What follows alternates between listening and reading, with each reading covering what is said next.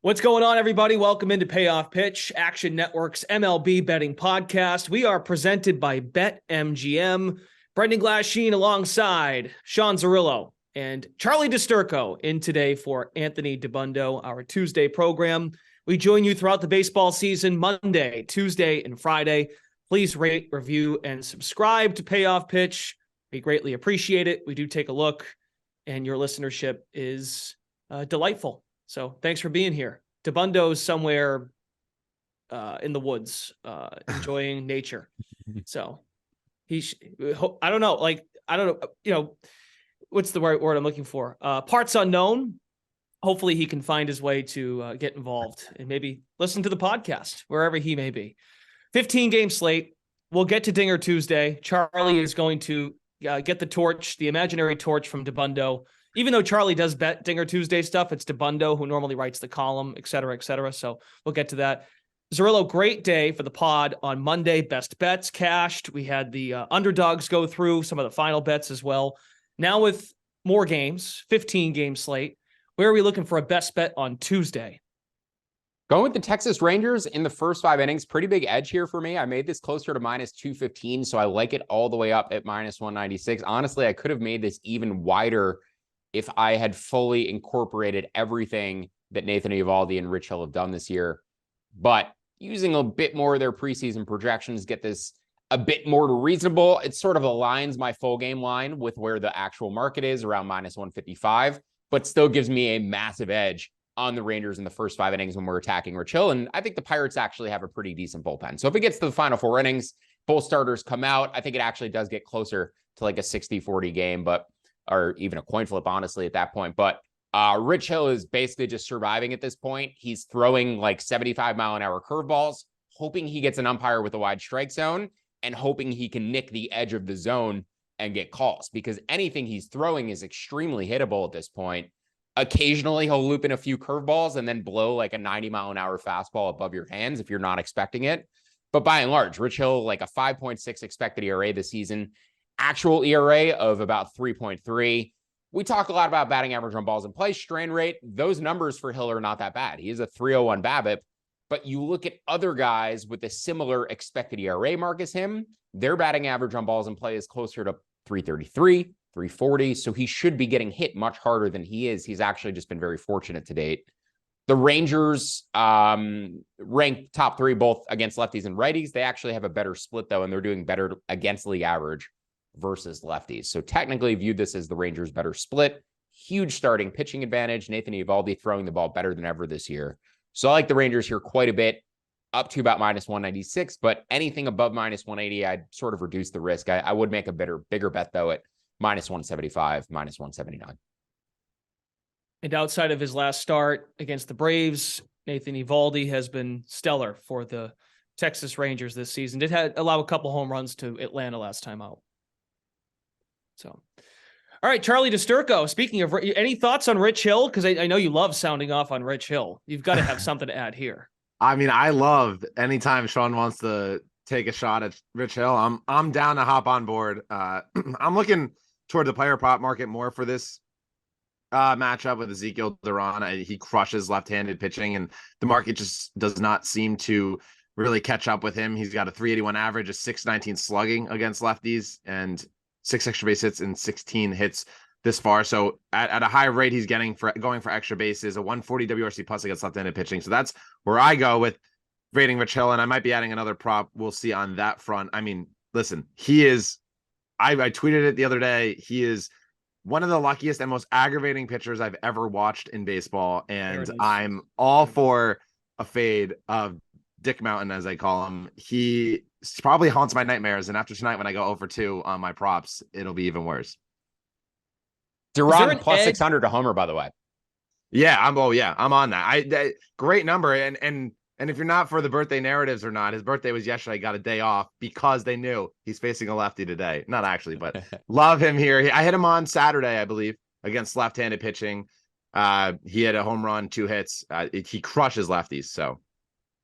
Quick thought also on this game. We've talked a lot about Boston being a top baseball in overs, their over record. The Rangers have dethroned them.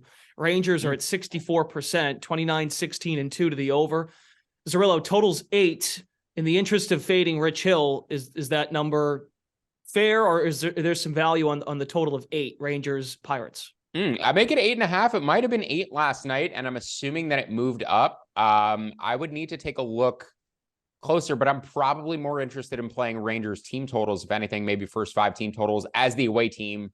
I've mentioned it before, but you're guaranteed 9 innings of at-bats. So just, in the event that the Pirates score 12 runs off of Nathan Eovaldi in the first inning, and we only bet the Rangers team total, that way at least we're getting 9 innings for them to score runs. So yes, obviously the Pirates scoring 12 runs would help a full game over, but generally I like to target the bad pitcher with the team totals. Looking at BetMGM total runs for the Rangers, you can get over 4.5 at -110 for the full game. 4.5. Yeah, okay, that's very probably good. about right. I make it 4.8. So yeah, I will. I would say if a -105 for over 8, if I can get that, that'd probably be my price target. I'll take a look after we finish recording the pod. Very good. There's your weekly Rich Hill bashing on Payoff Pitch. Moving on to fading the public. There was a lot of public. My best bet. You didn't do your best bet yet. I'm sorry. No, go ahead. we went on this tirade about Rich Hill. I didn't get my opportunity yet to throw out my best bet. The over in San Francisco, Minnesota. I bet it last night, 7.5 plus money. It's up to 8. I'd still take it there.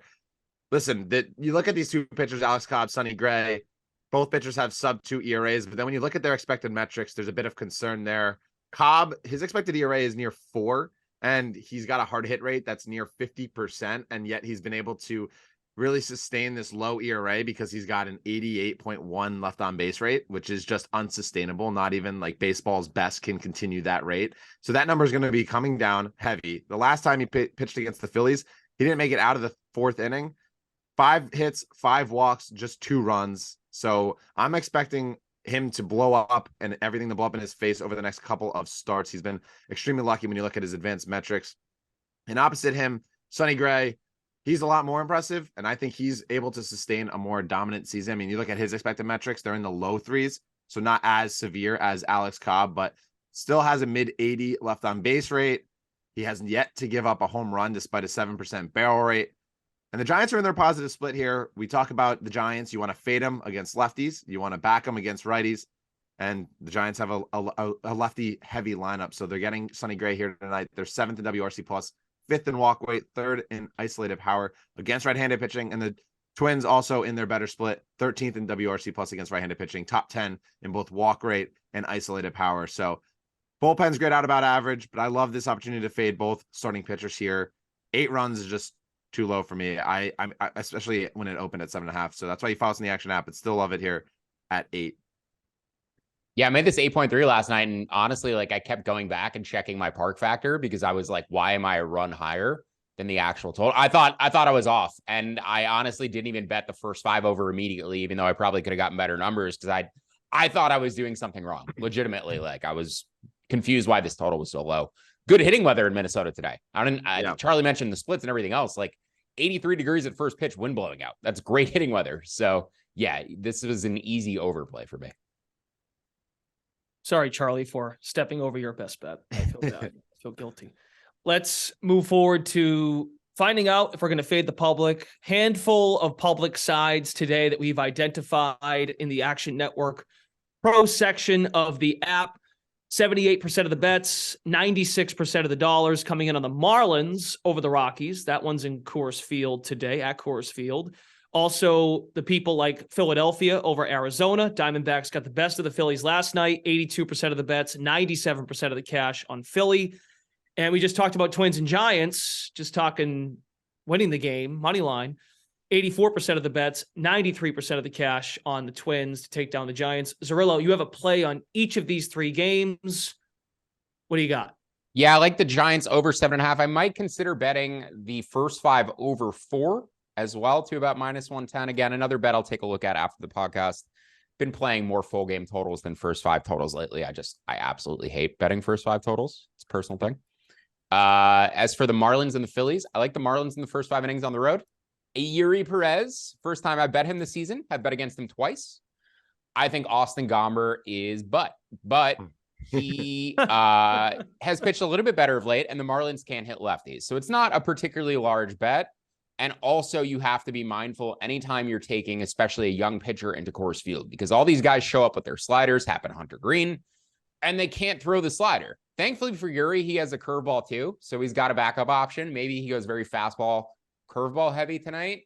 But by and large, these young guys go into Coors Field, their slider doesn't work, they panic, and they start getting hit. So keep an eye on Yuri Perez's pitch usage tonight, but I still make the Marlins about minus 135 for the first 5 innings. So a nice edge on them there. Would avoid the full game. They may struggle to score, may lose 1-0 because they can't hit lefties. As for the Phillies, projected a nice edge on this last night. I need to see where the first 5 line is today. I like Matt Strahm quite a bit. We saw him starting at the beginning of the year. Now they're using him as an opener as they sort of dial him back into bullpen usage. I'm not fully sure who they're planning on bringing him after him. We talked about openers yesterday, and we sort of nailed those with Sean Manaea coming in, Josh Fleming coming in for the Giants and the Rays after their respective openers. I don't know specifically who the Phillies are planning on using, but for at least the first time through the order, they have a pretty significant pitching advantage. I'm not a Ryan Nelson guy. I like everybody else on the Diamondbacks. Do not like Ryan Nelson all that much. So the Phillies, in both halves, I believe I originally showed an edge. Let me get the price target for everybody here just so I know we are on the same page. It has come up for the full game and the first 5 innings, frankly. But if you could get about minus 135, if it jumps back down at all in either half, I like the Phillies. This just seems like a much better matchup for them. Bullpen advantage, starting pitching advantage. And they should start playing a little bit better at some point. Zarilla, let me throw this at you. Reading from Todd Zalecki, who is Philadelphia's MLB.com reporter. He's got Dylan Covey as the expected pitcher to follow Matt Strahm. Yeah, I actually so I think they were originally considering using Covey as the starter, and then they decided to use Strahm as the opener ahead of him. So Covey projects kind of similarly to Ryan Nelson. Like there's not a massive difference between them. So yeah, like the biggest edge is going to come from that first time through the order, maybe even lean to Phillies on a first 3 money line, not something I normally bet, but a first 3 innings money line for the Phillies. If you could get that around the same price, minus 145, minus 140, I think that'd be a solid bet because that's where their biggest advantage in the game should come. So not something you'll see me put in the app, but I'm actually going to look those up after as well. Phillies first 3 innings, I think, is a solid bet today. Okay. You know who's a first 3 inning money line who we should start looking at? Graham Ashcraft. Because every single time he collapses in the 5th inning and costs me a first 5 money line. Not wrong. Charlie, we already mentioned you like the Twins Giants over as a best bet. You have a play on the fish. Again, we're talking fading the public. Marlins, Phillies, Twins getting all the love in terms of the public money. Marlins, Rockies, you have an angle there. Zorillo, I think the Marlins hit lefties well. So is it reversed from last year? Because last year they were historically bad against lefties, and the Tigers were historically bad against righties. Does that flip the season? Yeah. Yeah, it's very possible. No Jazz Chisholm right now, so they don't have to worry about that. Arise, obviously, probably their best hitter and is a left-hander. But yeah, Charlie might be right. Their splits might have flipped this season. Last year, the Tigers, historically bad versus righties, decent versus lefties. The Marlins, historically bad versus lefties, decent versus righties. But I think Charlie's right. I think it has changed a little bit this year. Yeah, I like the Marlins. Excellent teamwork, Charlie. Excellent teamwork. Well, yeah. I you know what? We're tag teaming this because we're in lockstep with the Marlins, and I'm like sitting there. I'm like, okay, I like the Marlins with the first 5 because they're in their better split against left-handed pitching. Obviously, not Luis Ariz, but the rest of the team, Jorge Soler. I mean, you look at his total base props; he's over 2.5 at plus money. Like that. That's how good that Jorge Soler is. He's going to be like plus 200 at a home run tonight. Austin Gomber, I'm not sure how he's a big league pitcher. Like, frankly, I don't understand how he keeps getting thrown out there. Yeah, he's been a little bit better as of late, but bottom 5% of all pitchers in expected batting average, expected slugging, expected batting average. Opponents are hitting an expected 310 against them. So that's not good. His strikeout rate has dipped for a 3rd consecutive season. His walk rate and his barrel rate are nearing double digits.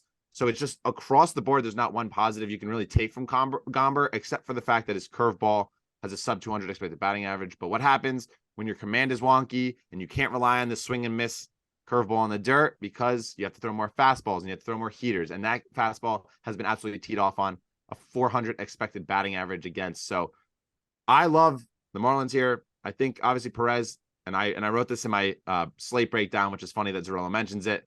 We see with Hunter Green, there's opportunities where with a high velocity fastball and then a slider that doesn't work, it could lead to damage at Coors Field and just in general a higher home run rate, especially at Coors Field. But I love Yuri Perez at a minus 122, 125, what it is right now against Gomber in the first 5, rather than getting into the whole bullpen ordeal. I don't even have Arraez projected in the lineup, by the way. I have all righties for them. So. Okay, let's move on to underdogs for Tuesday. Zerillo, where might we find some value underdog? Yeah, yesterday was honestly a phenomenal day for underdogs. I should have pointed it out, but I ended up betting almost every underdog on the board. I like the Reds again today. Charlie shouted out Graham Ashcraft, who broke my heart last week when he blew up a first 5 bet. We're going to try to run it back with him today.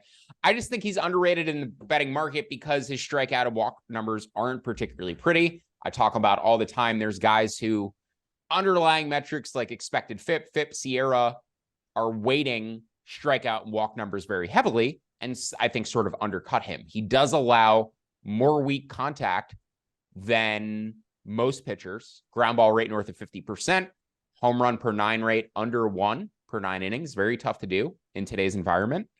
He forces the Cardinals into their lesser split. They are better against lefties than righties.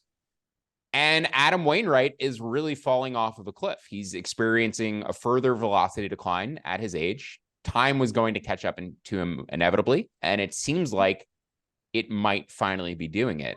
Even in the World Baseball Classic, Team USA was like, absolutely not. You were not going near the mound.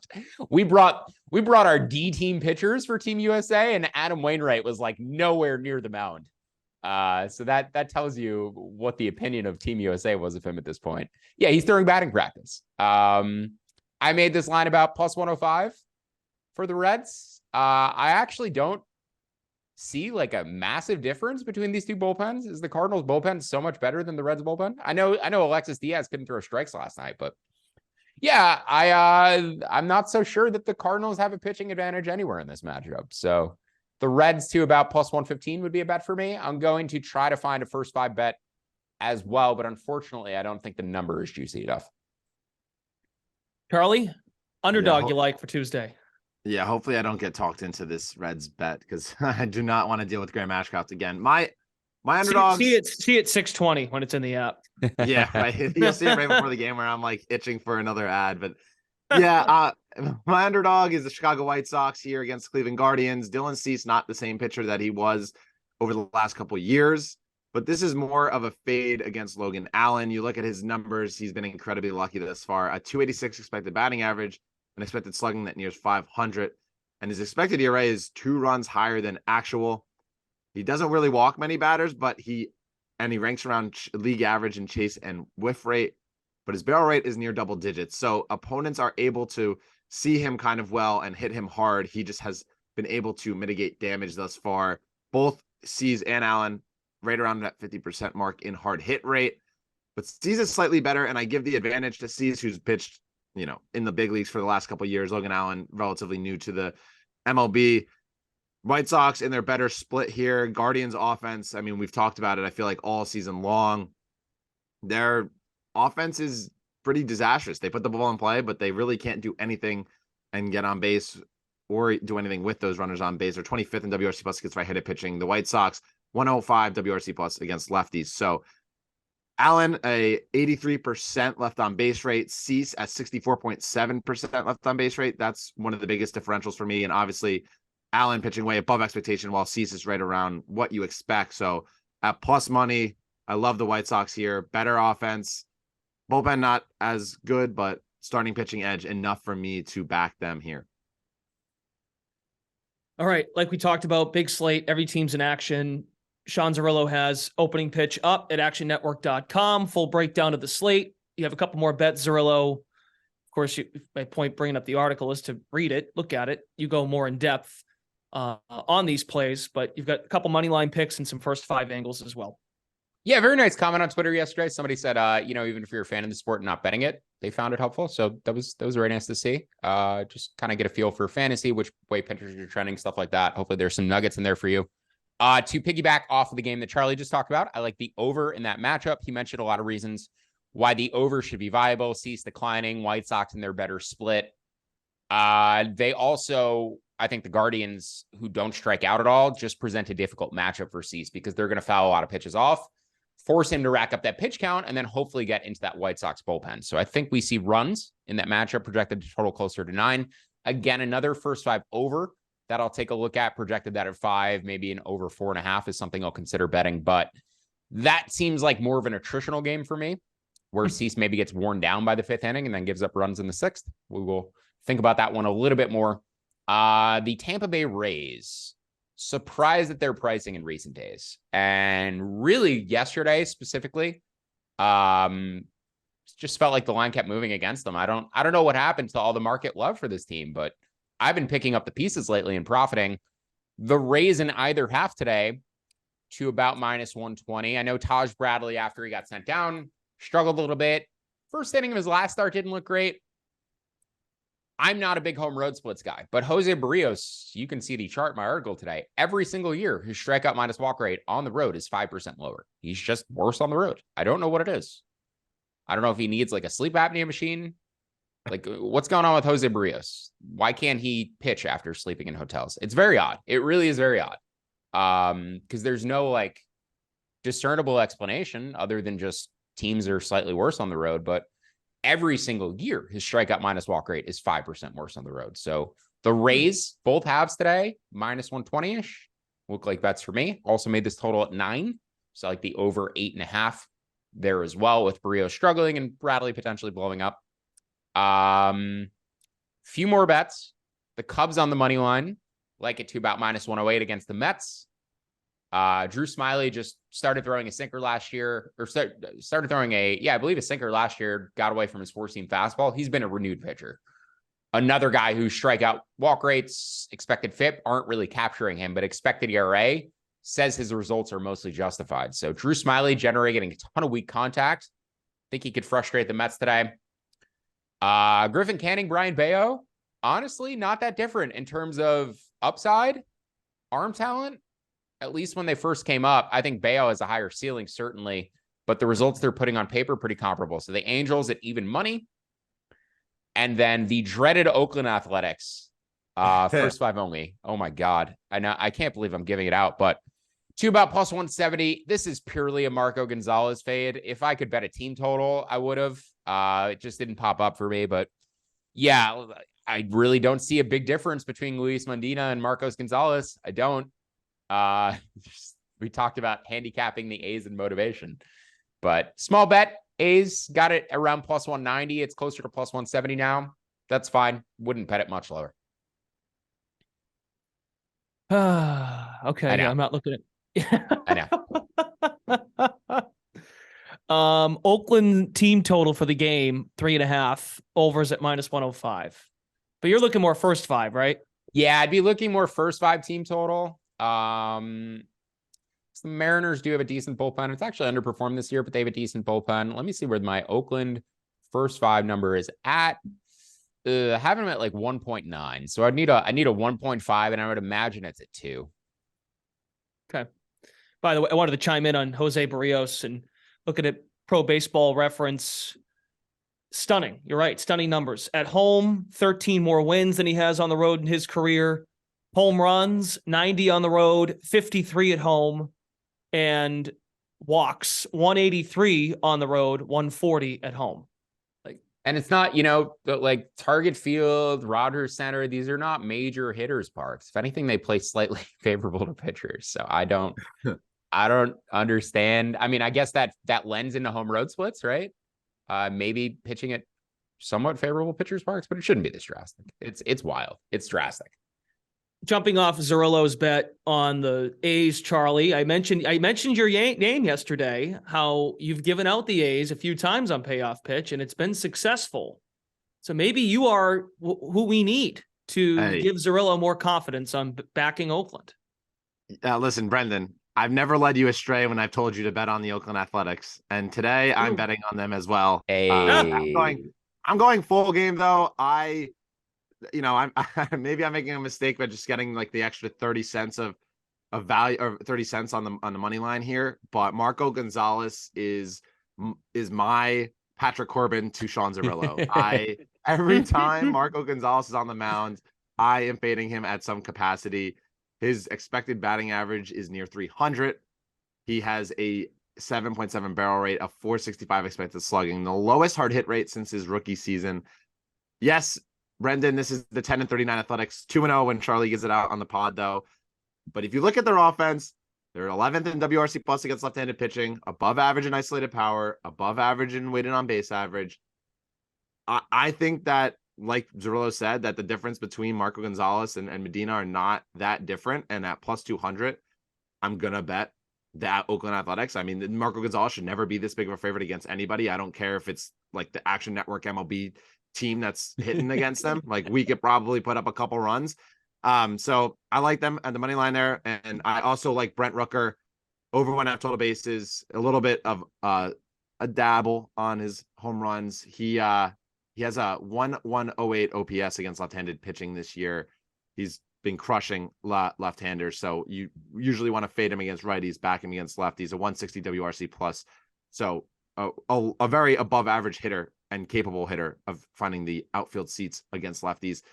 And then, just to reiterate Sean's point, Rays first 5 money line. Bradley, you look at his stuff: 35% strikeout rate, a 183 expected batting average, a 320 expected slugging, an expected ERA at 2.5. And if you look at that Mets start that he made, he looked a little shaky, obviously in that first inning, but then since then was the way better pitcher, was incredible. The Mets had absolutely nothing against him. And Tampa's first in WRC plus. I don't understand, like Sean said, why the market is so low on the Rays right now, especially against Barrios, who has a 5 expected ERA and a near 500 expected slugging. The Rays have Yandy Diaz back, so their lineup is just as good as it was back in the day. I'm going first 5 because the Rays bullpen has been a bit iffy despite them being deep and stuff like that this season. I'm just going to trust Bradley here. And pure for pure, like Bradley, Barrios, there's a big difference between those two, in my opinion, and enough for me to back it at minus 120, 125. And then I gave out Duran earlier, and this brings us to our final bet, which I think Sean and I are in lockstep with, is a dinger prop. I'll let Sean kind of take it after I just give a little setup here. Brian De La Cruz, plus 119 WRC plus against left-handed pitching, hitting 344 with a 500 slugging. Last 14 days, he's tearing the leather off the ball, and yet he's priced over double Jorge Soler. Sean, I'll let you kind of take it home on that one. I mean, this kid just has light tower power. I've seen him hit home runs in the past couple of years as far as anybody has hit them. He's only 77th percentile in average exit velocity, 58th in max. So maybe it's just something anecdotally where I feel like I've seen him crush balls. But yeah, I mean, this kid has crazy power going to Coors Field. I expect him to potentially be like a 25-30 home run bat at some point. So I just getting 5-1 on him to homer today when he's red hot facing a lefty. It's a no-brainer, especially when Jorge Soler is plus 250. Jorge Soler is half his price. Why is Brian De La Cruz double the price of Soler? Yeah, in Coors. Hold on, for the sake of consistency, backtracking here on the A's, we have Talladega Nights, Shrek. What's the story, the movie tie-in for the A's today to beat the Mariners? I guess maybe it's David versus Goliath. We're talking the little 10-39 Oakland Athletics coming in against the Mariners, the big bad Mariners. The Athletics haven't won in 5 games. You know, they're gonna get this done. Trust me. Brent Rooker, home run, book it. All right, very good. Fellas, good stuff. Charlie DiSturco, Sean Zerillo, you can find them both in the Action Network app. Follow them. If Charlie does indeed add the Reds later, you'll see it in the app if you follow Charlie. And we're back on Friday for Payoff Pitch. We are presented by BetMGM. We are Action Network's go-to MLB betting podcast. Please leave a 5-star rating. We appreciate it. Rate, review, subscribe, all that good stuff. You all have a great Tuesday, and talk to you again on Friday.